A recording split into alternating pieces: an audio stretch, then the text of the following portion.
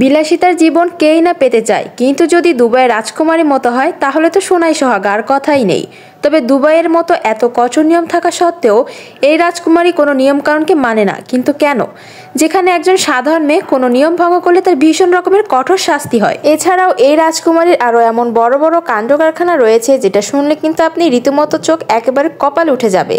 তাও আবার দুবাইয়ের মতো সিটির মধ্যে রয়েছে কিন্তু এই সকল অন্যায় কাজগুলি।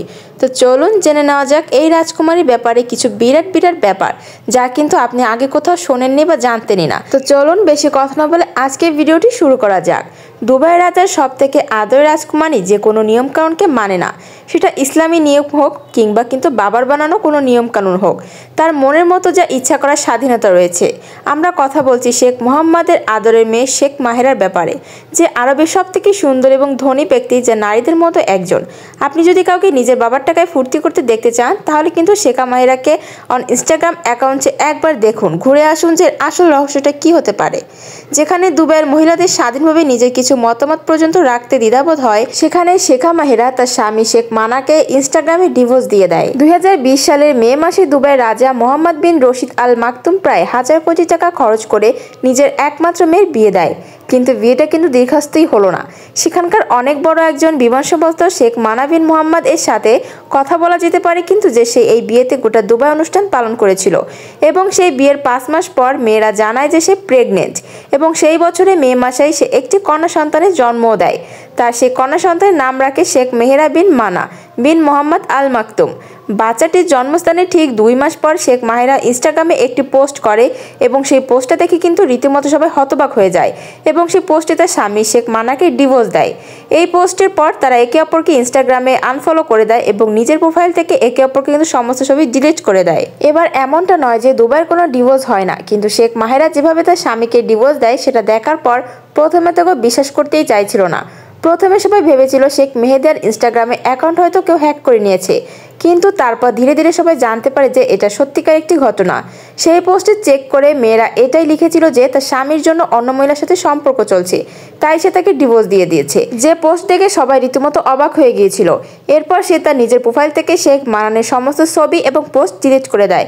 সাধারণত নাগরিক বা মহিলাদের জন্য নানা নিয়মকানুন লাগু রয়েছে, তাই নিজের মতামত বাইরে রাখতে পারবে না। দুবাইয়ের এত কঠোর নিয়ম থাকা সত্ত্বেও শেখা মাহেরা এইভাবেই জীবনযাপন করছে।